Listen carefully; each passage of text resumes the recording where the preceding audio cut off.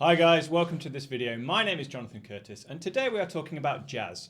I thought I would do a video on a kind of introduction to jazz drumming to help people get started, because I know from experience it can be a very difficult genre to break into if you have no experience in it up until this point. So this video is an attempt at providing an introduction to those of you with little to no experience playing jazz on the drums, and hopefully we'll give you a few ideas to get started and a basic introduction to this style of drumming. Now, I'm sure any drummer who has heard of jazz drumming has heard this.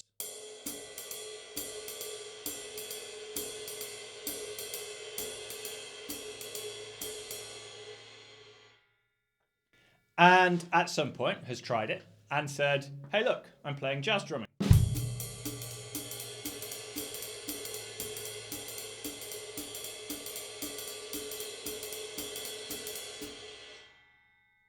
And that's about it. From where do we go? Where do we go from there? And that is an important trope in jazz drumming. Just like the shuffle is an important point of blues drumming, just like a heavy backbeat is an important point of rock drumming and metal drumming. But there is obviously a lot more to it than that. But that is a good starting point. That's where most books and most teachers will get you started. But I want to go a bit further back, start from fundamentals, and talk about what's actually happening there, because there are two rhythms at play here that are absolutely vital for you to understand.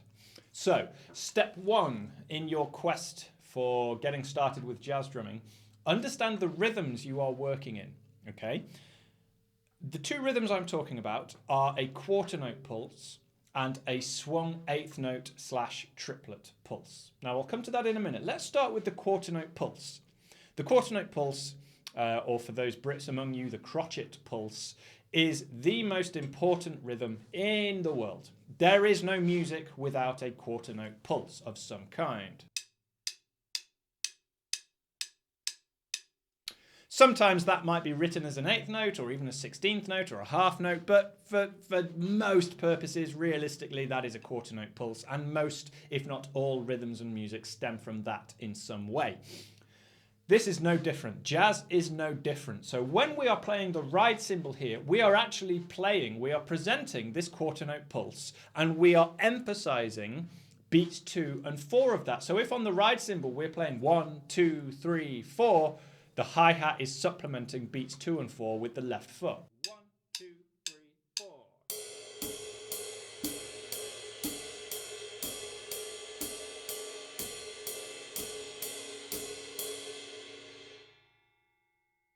Now that in itself is powerful, right? If you speed that up and you play that with some conviction, you could play that in a bop song. 1, 2, 3, 4.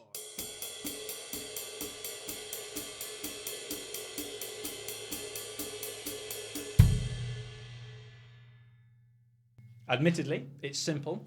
It's not very interesting, but from a rhythmic point of view, it will do the job. So that is our basic quarter note pulse. The second rhythm I talked about was a swung eighth note / triplet pulse. If we take those quarter notes and we divide them all into triplets, 1 and a, 2 and a, 3 and a, 4 and a,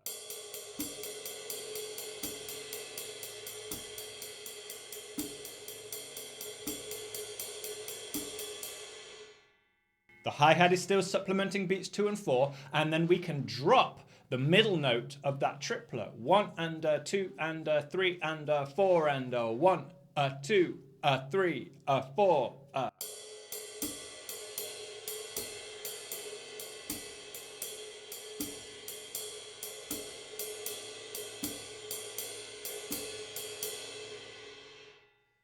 I called that a swung eighth note / triplet pulse because the two are essentially the same rhythm. One of them is just the other with a rest in it. So we are understanding the rhythms we are playing with. Everything you play on this ride cymbal, 99% of everything you are going to play on this ride cymbal in a jazz context is going to be combinations of that quarter note pulse, 1, 2, 3, 4, and that triplet / eighth note swung pulse, 1, a 2, a 3 and a 4 and a 1 and a 2 and a 3, a 4, a. So before you crack open your John Riley books and you start digging into the coordination of your snare drum and bass drum comping, let's get that ride cymbal solid first of all, whereby you are comfortable switching between those 2/3 rhythms, those rhythmic structures, in a really smooth way. So keep your hi-hat on 2 and 4, and then start with a simple quarter note pulse and try and switch between those different rhythms, the quarter notes, the swung eighth notes, and the triplets. And when you're comfortable with it, you should come up with something similar to this. 1, 2, 3, 4.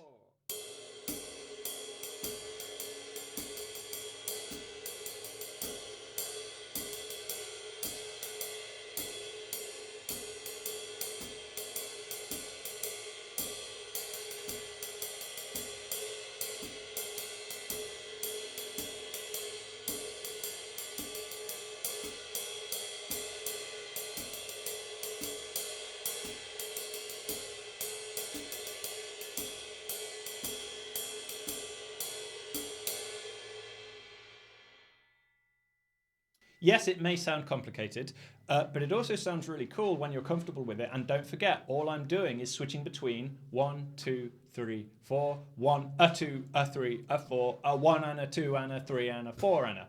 And I'm pretty comfortable with those rhythms, so I'm switching between them at will. A good source here is, of course, Ted Reed's syncopation, especially the exercises later on in the book, because you can keep hi-hats, you can keep the hi-hat on 2 and 4, and you can just read through the syncopation studies. So from memory, forgive me if it's wrong, the top line of exercise 1.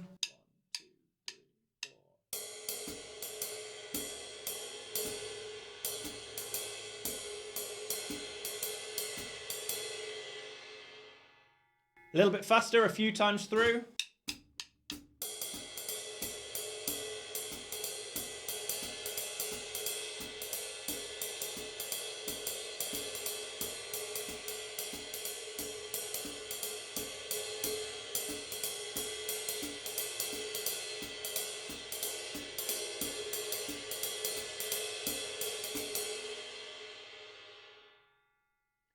Bit of syncopation, a bit of improvisation, a bit of syncopation, a bit of improvisation, and use sources, use resources like that to give yourself ideas.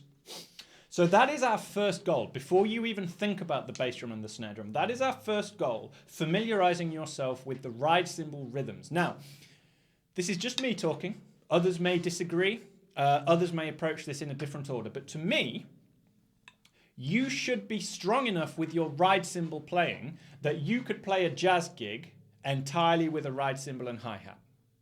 Now just think about that for a minute. That's like saying you should be able to play a funk gig or a rock gig with just a kick, snare, hi-hat. And of course you should. If you know what you're doing, you know how that genre works, you've got a nice groove, you don't need the rest of the kit. That helps. It can add flavor, but you don't need it. Same with jazz. I would argue that for a jazz gig, if you know what you're doing, all you need on a basic level is a ride cymbal and a hi-hat. So really, really go back to basics, get your rhythm sorted with this ride cymbal, and improvise with those 3 rhythmic types: quarters, swung eighths, triplets. Now we can start to talk about what this snare drum and bass drum are doing. If you haven't heard of this term comping, it's sometimes said to be short for accompaniment or complementing the rhythm. Either way, they essentially mean the same thing. This snare drum and bass drum is providing rhythmic flavor to the rhythm you are expressing on this ride cymbal. Now, from a coordination point of view, you have a lot of work to do here if you are new to this, which is why teachers or textbooks will often simplify what the ride cymbal is doing to your standard spang-a-lang.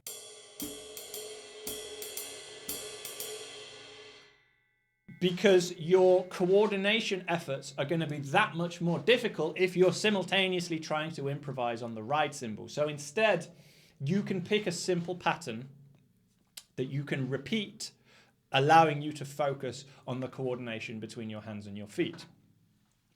A good starting point is indeed that spang-a-lang. I would suggest an even better starting point is your quarter note pulse. 1, 2, 3, 4. So let's forget the bass drum for now.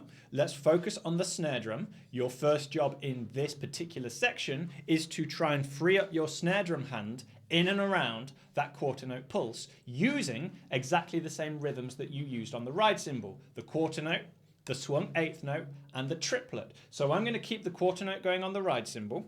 The hi-hat's going to stay on 2 and 4, and my left hand is going to cycle between those three rhythms, quarters, eighths, and triplets. Notice I'm playing them quietly, not as a downbeat, right? 1, 2, 3, 4.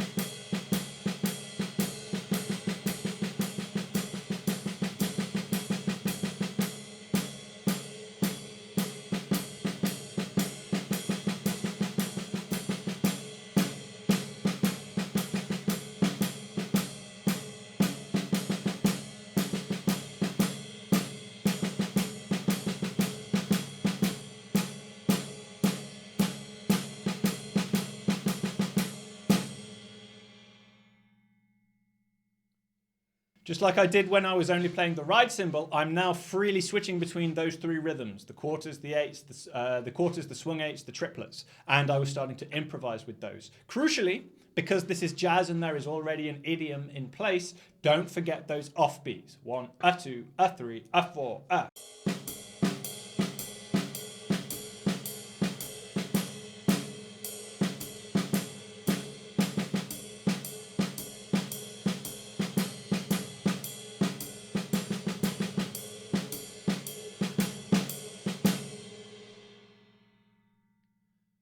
Again, that Ted Reed syncopation resource is a great place to get some ideas. Keep that ostinato going between the ride cymbal and the hi-hat and play that rhythmic line on the snare drum. So again, from memory, the top line of syncopation. 1, 2, 3, 4.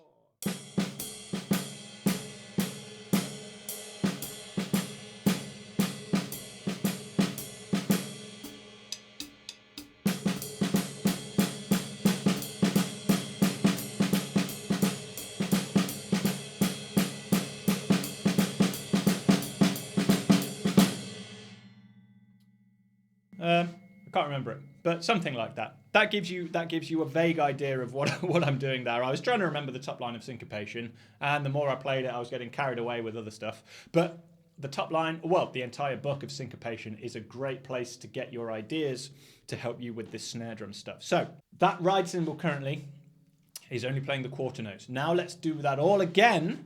So this time we're doing exactly the same thing. We're playing the quarter notes, the swung eighth notes, and the triplets. All the while, this time, the right hand is keeping up those swung eighth notes itself.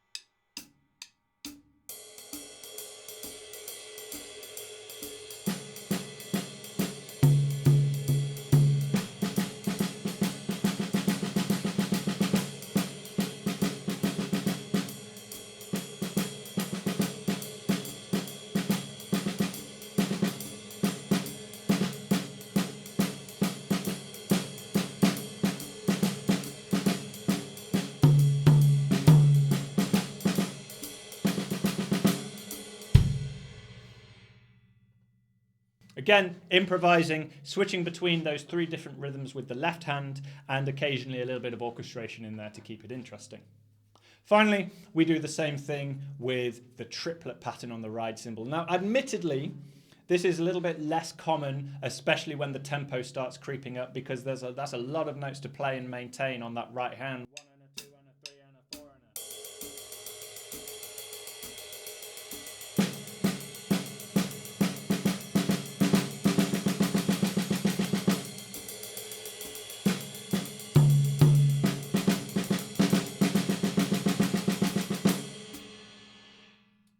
Not particularly easy, mainly because I don't use it very often, at least in a sustained capacity. As you can see there, it starts to look a little bit like a blast beat itself. But it's nice to have that facility there. So let's just recap what we've done so far. We have worked through the quarter notes, the swung eighth notes, and the triplets on the ride cymbal. We've then done the same thing with the snare drum at the same time as those three rhythms on the ride cymbal. So this is how we're tackling our coordination here. We're working through those three rhythms on the ride cymbal, working through the same three rhythms on the snare drum, matching all together. Now, finally, we do the same thing with your bass drum. Take this one slowly. I would suggest starting with heel down first of all, just to give you a little bit more ankle control, because a lot of us heel up players develop a very strong bass drum stroke, and it can be just overpowering when you start doing that in a jazz context. So we want to keep this bass drum nice and light and subtle. So I'm not saying you have to play all jazz heel down at all, but it might be a good idea to dedicate a bit of your practice time to that heel down feathering effect. So I'll just do a quick run through. Bass drum on the quarter note, bass drum on the swung eighth notes, bass drum on the triplets. I'm going to have to take this quite slow because maintaining consistent triplets on the bass drum is not something I do that often, but again, it's nice from a coordination point of view to have it.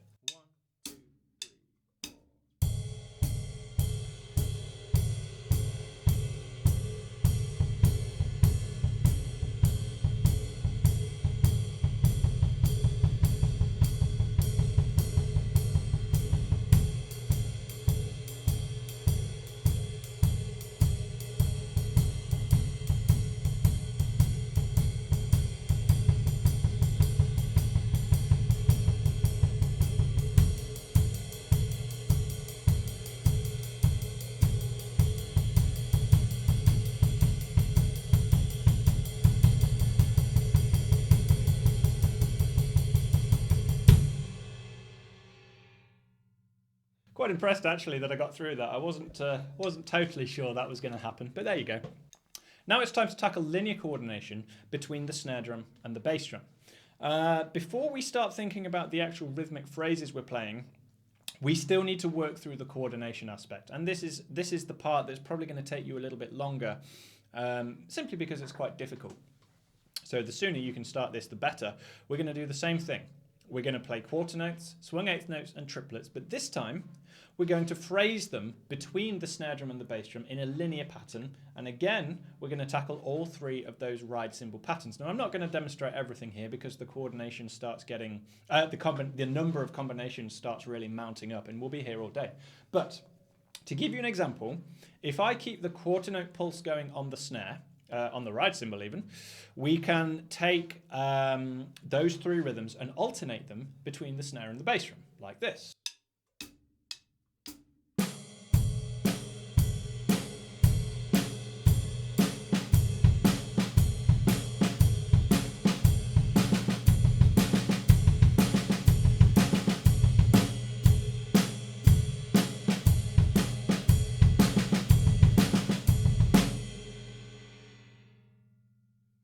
You can, of course, then run that through the swung eighth notes and the triplets as well. I'm not going to try and demonstrate those here. And then, especially with the eighth notes and the triplets, you can start alternating as if you were playing a single stroke roll. So eighth notes would sound like this.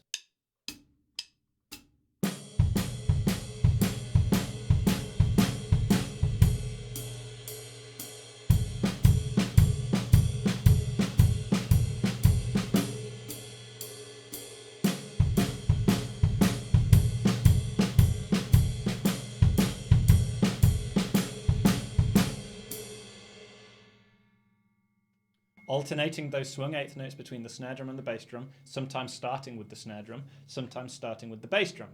We can then do the same thing with triplets. Again, thinking of them as a single stroke roll, we can start these triplets leading with the hand, leading with the bass drum.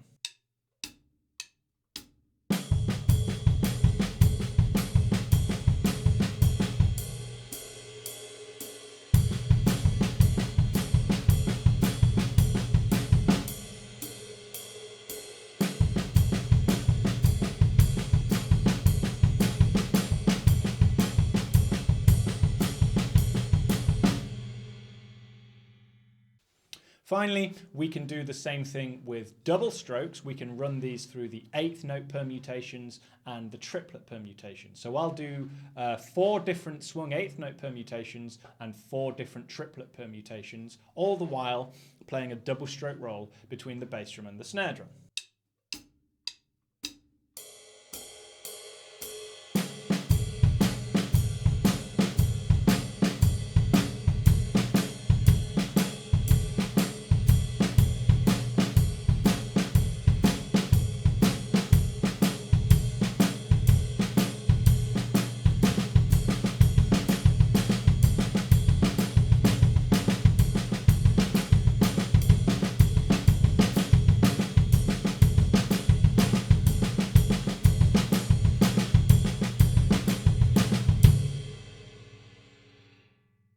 Just about made it through. Notice I was still just keeping simple quarter notes on that ride cymbal. You would then want to repeat that with the swung eighth notes and, if you can, the triplets.